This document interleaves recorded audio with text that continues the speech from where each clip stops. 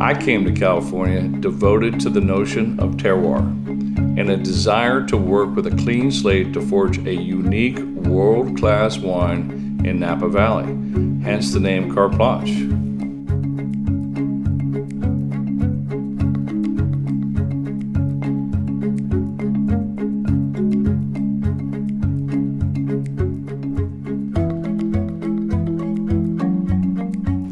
Having a wine that expressed both my background and my vision was my dream. Being able to have a blank slate to create was the ultimate goal.